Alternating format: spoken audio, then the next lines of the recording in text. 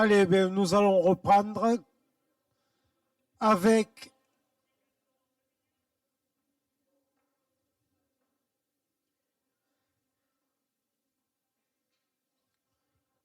donc la dernière session de ce colloque qui va avoir pour thématique les milieux karstiques et les milieux fissurés, donc des milieux un peu particuliers en termes de comportement hydrogéologique. Nous allons commencer avec 4 présentations qui auront attrait à ce milieu particulièrement apprécié des amateurs de Scrabble, à savoir les environnements karstiques, dont nous avons eu un premier aperçu ce matin déjà. Et nous allons commencer avec une première présentation, donc Thierry Gaillard et Hélène Géron de CPFG Horizon, qui vont nous parler des relations karst-rivière. Voilà, nous vous écoutons. Merci. Bien, merci. Est-ce que vous m'entendez? Oui, vous m'entendez. Donc, je vais vous parler des relations karst-rivière et d'une problématique que j'ai rencontrée sur le seuil de Bourgogne. Donc, sur le seuil de Bourgogne, en fait, le Jurassique moyen est constitué d'une grosse série carbonatée et une partie des ressources captées pour l'eau potable proviennent du bâtonien sup avec des sources qui sont soutenues par les Marnes à Austria.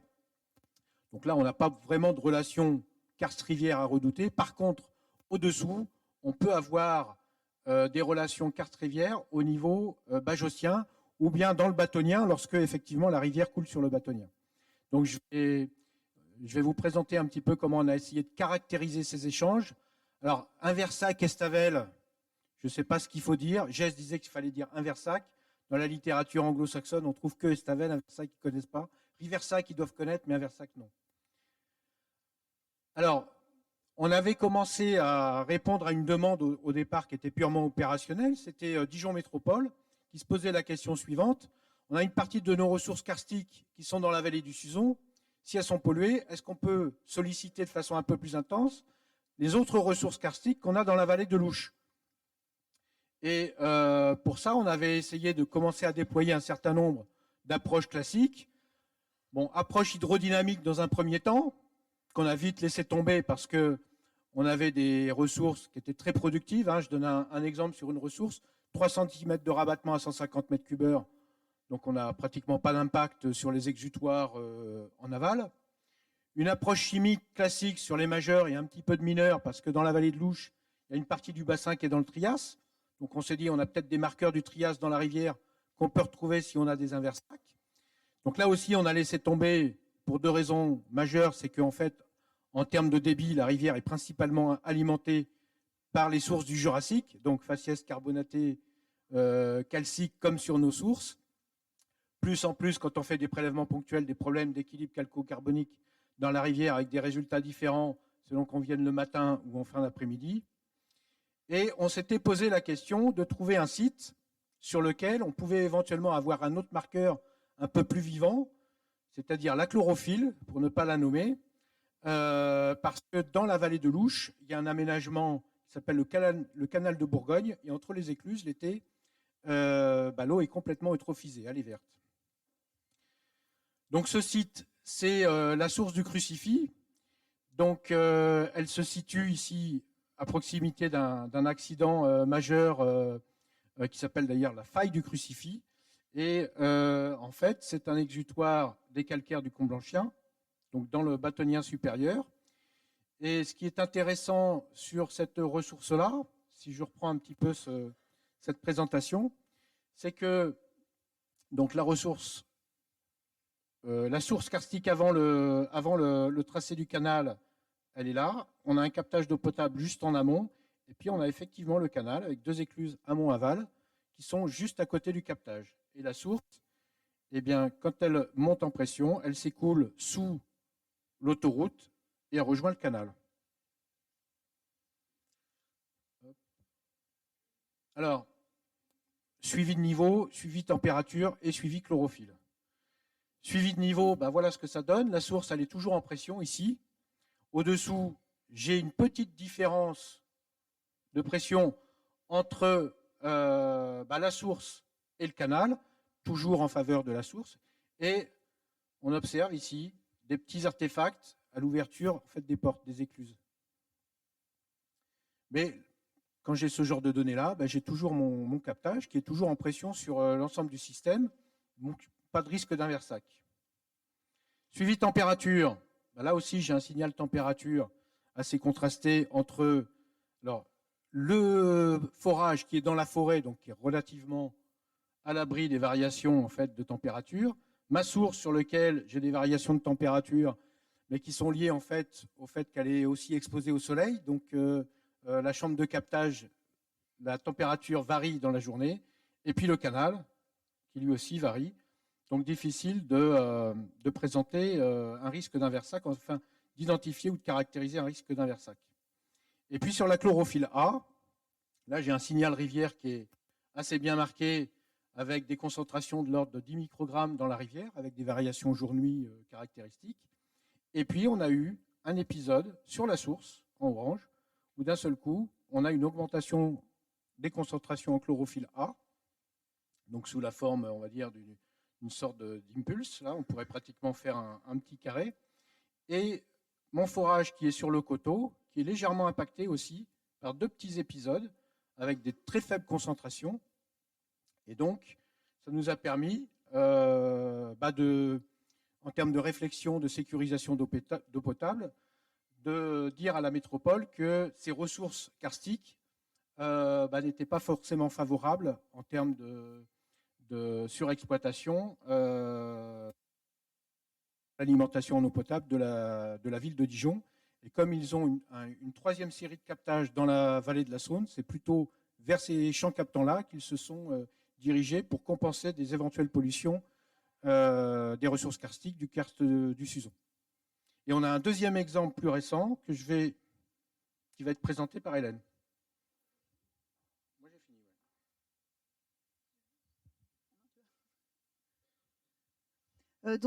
Moi, je vais vous parler rapidement du cas du captage de Puy-Roland, qui est un captage de conduits karstiques qui émerge au sein d'un marais et qui alimente en eau potable l'agglomération de Grand Cognac. Donc, en fait, le système karstique, on le voit ici photographié au sein du captage avec vraiment un conduit qui est très ouvert, qui a été d'ailleurs visité par des plongeurs, il est conséquent, et qui émerge donc en pression au sein du marais, qui, vous le voyez, est très envahi par les algues sur la période estivale. Donc l'exploitant a depuis quelques années aménagé un ouvrage en inox, un cuvelage inox en fait, pour isoler l'arrivée karstique des eaux du marais. Donc là, en l'occurrence, ce captage, il présente un défaut d'étanchéité. À savoir à la base sur la photo en haut à droite, donc c'est le contact roche cuvelage avec un gros trou qui est bien visible, qui est visible à l'œil nu, qui est photographié ici par un drone sous-marin. Et donc la question de l'exploitant, c'est est-ce qu'il y a un risque finalement d'intrusion des eaux du marais dans le captage, particulièrement sur la période d'étiage, d'où l'utilisation de l'outil chlorophylle A également pour pouvoir vérifier en fait cette intrusion dans le cadre de l'exploitation et aussi dans le cadre d'essais de pompage où on a un petit peu augmenté le débit d'exploitation. Comme dans le cas de Thierry, que Thierry vous a présenté précédemment, en fait, le suivi des niveaux, il n'apporte pas d'informations sur les risques d'intrusion, puisque du fait de ce gros trou à la base, finalement, les niveaux s'équilibrent. Et donc l'arrivée artésienne est simplement se met à l'équilibre finalement du niveau du marais, et elle est juste en surverse. Donc finalement, l'utilisation de la chlorophylle, ici, sur cette semaine, pendant la période d'étiage 2021, ça a permis de montrer, dans le cadre de l'exploitation normale et aussi dans le cadre de pompage d'essai, que la chlorophylle A, donc en orange dans le captage, elle reste nulle, tandis que les variations qu'on a observées dans le marais, on avait une sonde de chaque côté finalement, et donc dans le marais, on a des variations en bleu qui montrent des variations journalières en fait, de la teneur en chlorophylle A, et qui sont également sans rapport avec la courbe en gris qui est le débit d'exploitation. Donc cette utilisation, elle a montré l'absence finalement d'intrusion. Elle a rassuré l'exploitant sur ces débits qu'il exploite actuellement. Mais c'est une autre illustration finalement de l'utilisation des sondes de chlorophylle. Voilà. Tu voulais conclure, Thierry ? Donc en fait, voilà, c'est un indicateur qui peut être intéressant pour caractériser ces risques d'inversac. Et je pense que Olivier Girard doit être dans la salle. Je pense que Dijon Métropole a dû déployer ce suivi-là, en plus des suivis classiques, conductivité, température. Et je pense qu'on a fini. Très bien.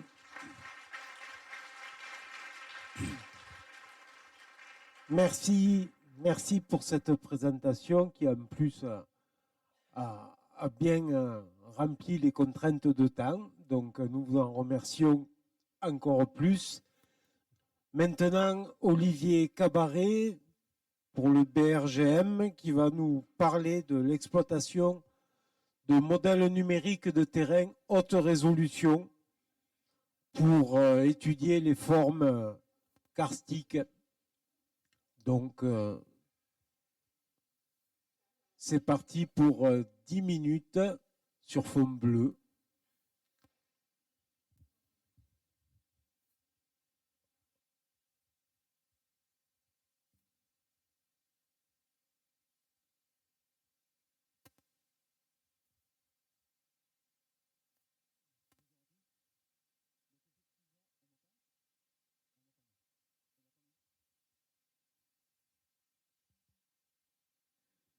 Là, ça doit être bon.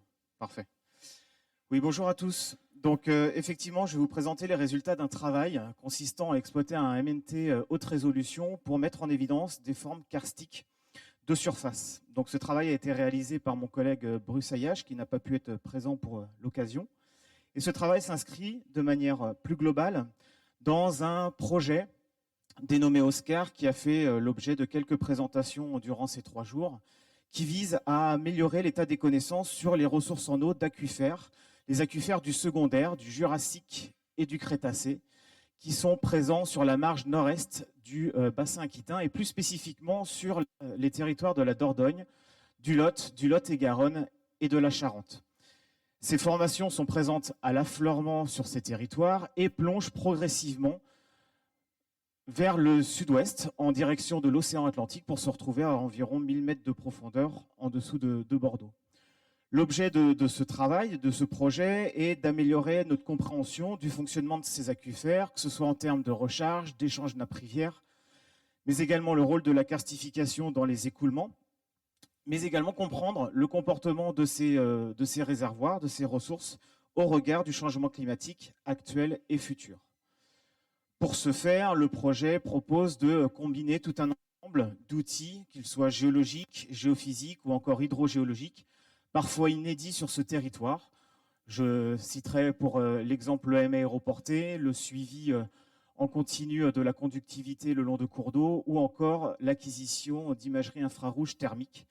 Tout ceci en vue d'apporter une révision générale de la géologie et de l'hydrogéologie de ces aquifères et préciser les modalités d'écoulement depuis la recharge vers les exutoires. Et quand on s'intéresse plus spécifiquement à la recharge, on va s'intéresser notamment aux conditions de surface qui vont permettre d'infiltrer l'eau de pluie.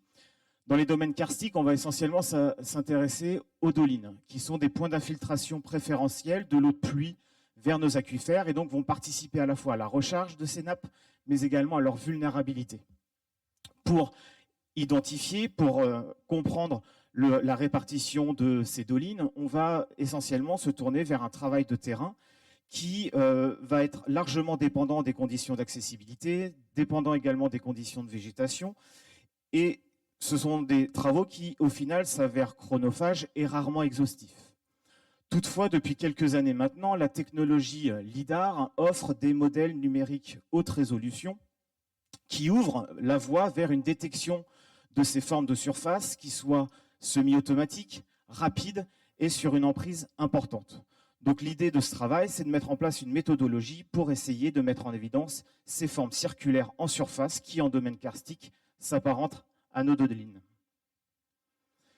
On a la chance sur le territoire français et plus spécifiquement ici sur le territoire d'Oscar de bénéficier d'un référentiel altimétrique, le RGE Alti V2, qui est mis à disposition de manière gratuite et donc en libre accès par l'IGN.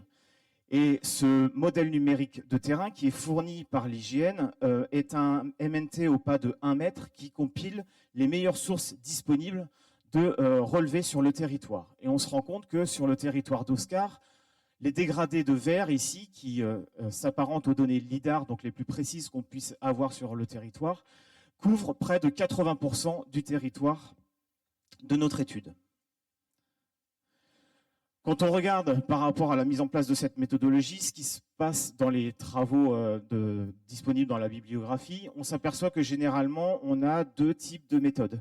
La méthode qu'on va appeler ici télédétection, qui va s'apparenter à une détection directe des trous dans le MNT. Et puis, on peut avoir une approche plus géomatique où on va utiliser les courbes de niveau. Ayant une appétence de notre équipe pour l'approche géomatique, on s'est dirigé vers cette méthodologie-là. Donc, l'idée de ce travail, c'est de mettre en place une approche géomatique à partir d'un MNT haute résolution, libre d'accès et à une échelle régionale. Et aussi, on va s'intéresser à un territoire bien plus étendu que ce qu'on a l'habitude d'observer dans la littérature. Cette méthodologie, quelle est-elle? On va donc, à partir d'un MNT, identifier des courbes de niveau à des pas de 1 mètre. Donc, on va identifier des courbes fermées de longueur comprise entre 15 et 500 mètres. Tout ceci afin de limiter les scories, de faciliter le traitement de la donnée. Et ces longueurs permettent de détecter des surfaces fermées comprises d'un diamètre compris entre 5 et 160 mètres. À partir de ces courbes de niveau, on va les retranscrire en polygones, on va les fusionner, ensuite on va en extraire le centroïde et les identifier. À partir de là, le travail consiste à identifier au sein de ces polygones lesquels sont en bosse, lesquels sont en creux, et on filtre que les creux pour ne retenir que les creux qui s'apparentent à nos dolines. À l'issue de ce premier travail, on va essayer de qualifier ces creux pour donner un indice de présence de nos dolines. Pour ce faire, on va utiliser quelques critères tels que l'indice de circularité de Miller, qui, comme son nom l'indique, permet d'évaluer la forme de nos surfaces qui ont été détectées. On va également utiliser la proximité des formes qui ont été révélées avec des bâtiments, des routes et des aires urbaines pour limiter les biais dans la méthode. À partir de ces données-là, on va pouvoir en extraire tout un ensemble d'informations relatives à ces surfaces, telles que l'orientation, leur asymétrie ou encore leur profondeur.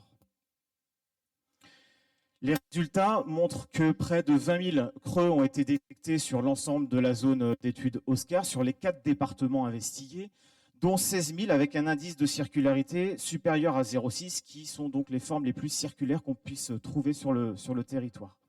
Juste à titre illustratif, on s'aperçoit que ce sont essentiellement les formations du Jurassique qui présentent la plus grande concentration de dolines, ce qui en soi n'est pas spécialement une découverte. On a essayé de confronter les résultats de cette méthodologie avec des inventaires de terrain.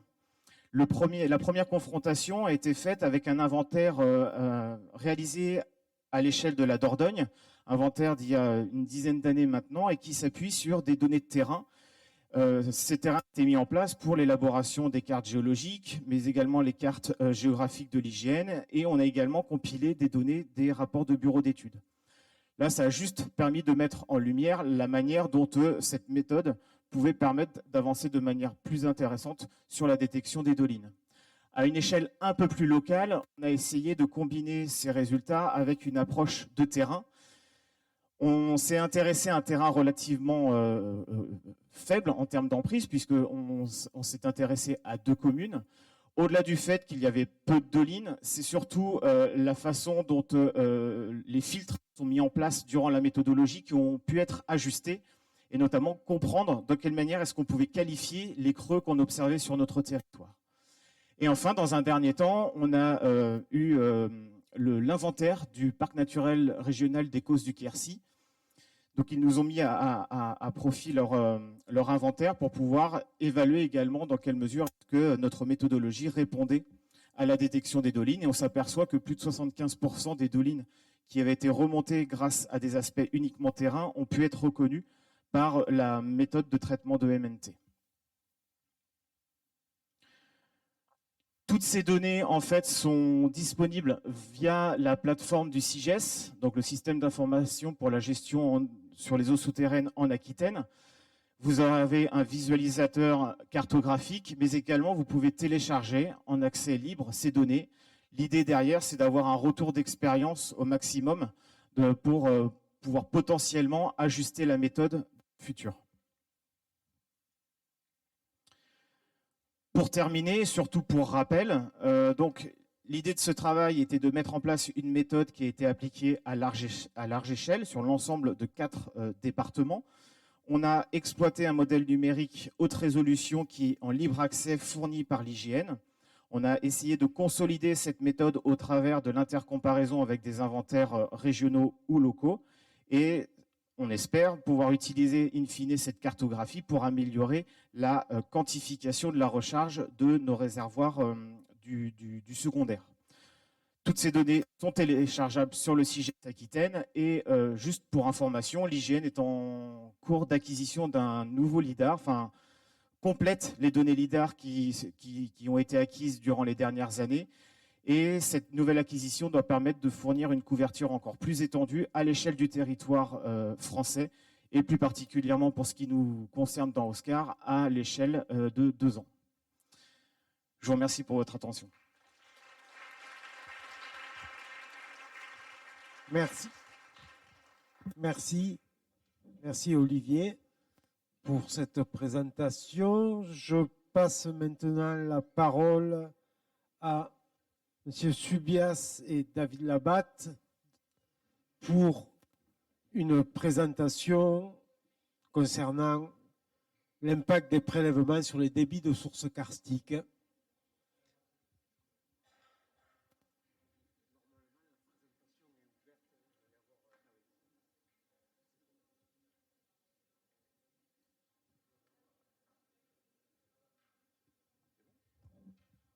Ok, donc c'est parti pour 10 minutes. Oui, bonjour à tous. Alors, on va vous présenter un petit sujet sur le système des sources de la Tour avec un outil de modélisation permettant de quantifier l'impact des prélèvements. Alors, dans un contexte un peu plus général, pour vous recentrer la problématique, c'est vrai que les aquifères karstiques sont quand même des aquifères qui sont réputés être assez productifs et donc ciblés pour des prélèvements pour différents usages, qu'ils soient eau potable, qu'ils soient agricoles, qu'ils soient industriels, qu'ils soient même domestiques. Je suis surpris en tant qu'hydrogéologue de voir des domestiques, des privés, faire des forages à 200, 300 mètres pour aller capter une ressource karstique profonde.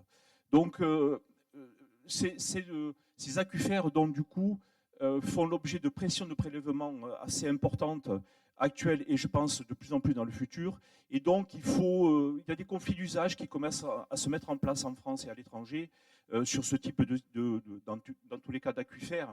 Et donc, avec souvent le respect de seuils réglementaires. Et donc, il faut des outils pour essayer de comprendre, de quantifier l'impact de ces prélèvements sur ces grands systèmes-là, pour modéliser l'évolution de ces ressources en eau d'un point de vue qualitatif et quantitatif.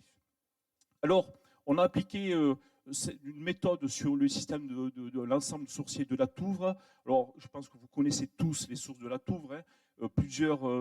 C'est un ensemble de plusieurs sources que vous avez ici en photo, avec une seule qui est captée pour l'eau potable, le bouillant, avec des vasques qui se déversent ensuite dans un ruisseau, le ruisseau de la Touvre, qui alimente plus loin la Charente. Alors, les sources de la Touvre, le système, est un système très très important pour le secteur et qui est très important pour l'économie du secteur. C'est ça qu'il faut comprendre. Sans l'eau de la Touvre, l'Angoulême n'existerait pas, le tissu économique et agricole n'existerait pas. Je vous ai mis quelques chiffres ici, hein. C'est 8 millions de mètres cubes par an pour l'eau potable, c'est jusqu'à 11 millions de mètres cubes par an pour l'irrigation, c'est bien entendu un soutien d'étiage en aval de la Charente avec tous les enjeux qu'il peut y avoir sur l'eau potable et sur le littoral. vraiment le système là, hyper complexe. C'est un système très très important pour le tissu économique du secteur. 147 000 habitants qui sont alimentés par les eaux de la Tour. Alors, tu peux avancer, David. Alors, le schéma conceptuel du système de la Tour, vous le voilà. Vous avez ici schématisé, j'ai repris la thèse de Rouillet avec cette coupe un peu schématique. Donc en fait, si on part de l'amont des pertes majeures, notamment du Bandia, de la Tardoire, qui alimenterait jusqu'à entre 50 et 70% du système, qui alimente un système de drainage assez bien développé, qui a été caractérisé notamment par traçage, avec des vitesses de circulation qui peuvent être assez rapides dans tous les cas en haute eau, et puis des systèmes d'émergence plutôt vauclusienne avec un système de karst barré par la faille de l'échelle qui fait remonter toutes ces eaux. Et puis en surface, un karst assez altéré avec des phénomènes d'altération assez prononcés, de fantomisation, qui vont aussi mettre en place un système d'épikarst et des circulations aussi superficielles qui sont reconnues par les spéléos, qui sont identifiées avec des regards aussi sur la zone noyée. Donc tout ce système-là, tout ce schéma conceptuel, on a fourni ça aux modélisateurs qui ont essayé d'en bâtir un modèle, ensuite de pouvoir quantifier l'ensemble de ces prélèvements et l'impact sur cette ressource en eau hautement stratégique pour le secteur.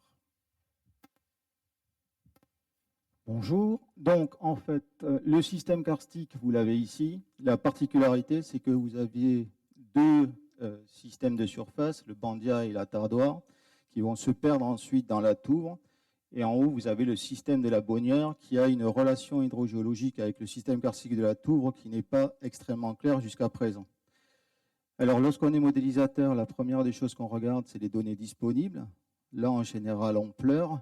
Donc, en gros, on s'est intéressé à la période 2006-2018. Sur cette période, on avait en particulier des précipitations sur 9 stations. Et ces 9 stations n'ont pas fonctionné d'ailleurs en même temps.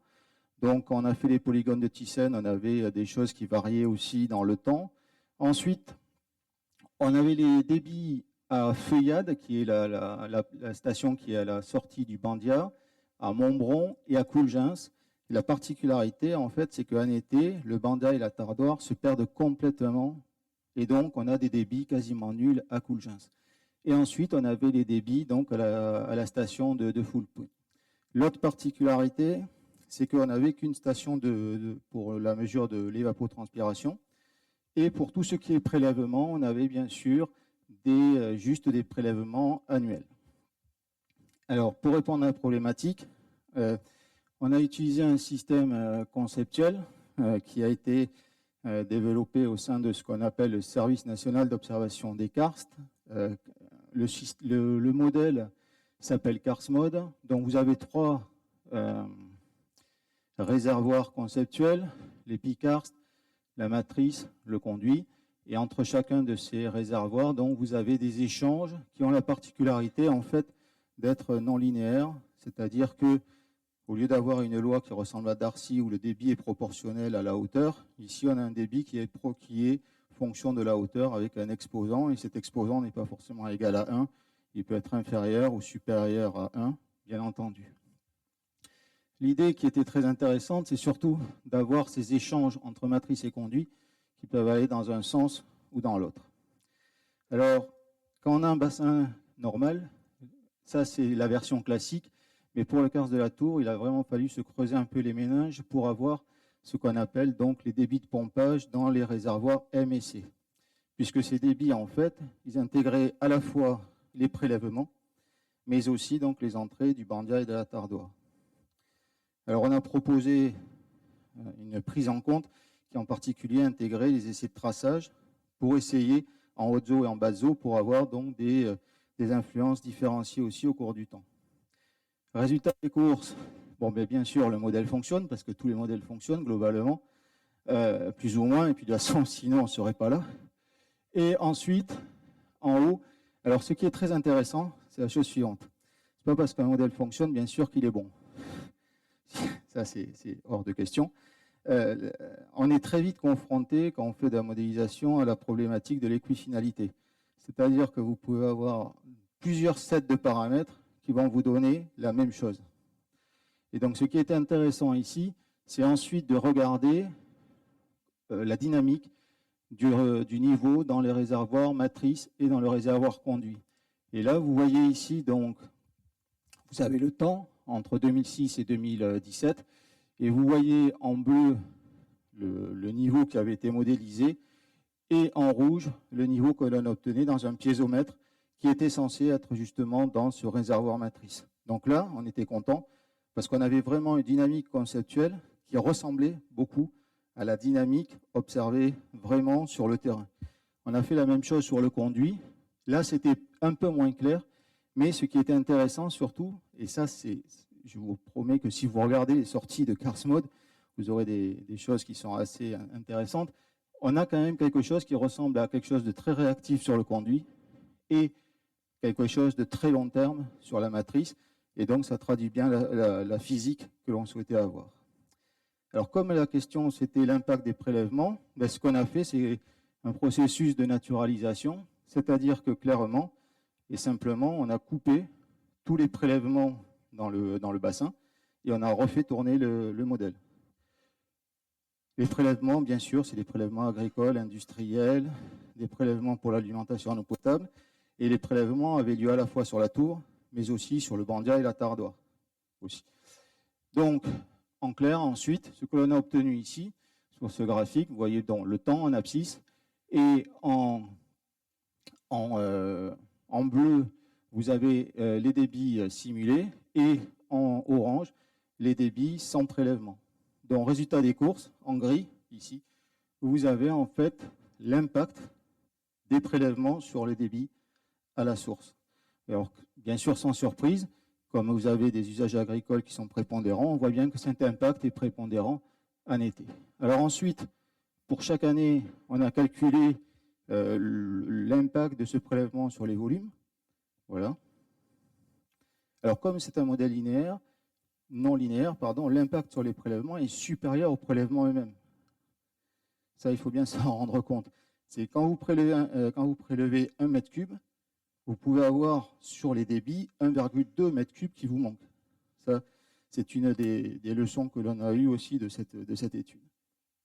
Donc, du coup, une problématique d'actualité.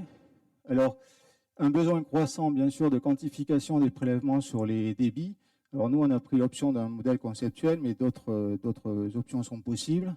Les limites de l'approche, la spatialisation des prélèvements, où on a considéré quelque chose qui était finalement assez homogène. Le passage du prélèvement annuel, qui est connu, et qui est le seul connu pour le moment, au prélèvement journalier qui est estimé, et puis les perspectives classiques. Une quand même qui finalement n'a pas été beaucoup évoquée, c'est les changements d'occupation des sols. Parce que beaucoup de gens ont parlé de changement climatique, mais personnellement, je pense que le changement d'occupation des sols est aussi important que le changement climatique. Voilà, merci. Merci.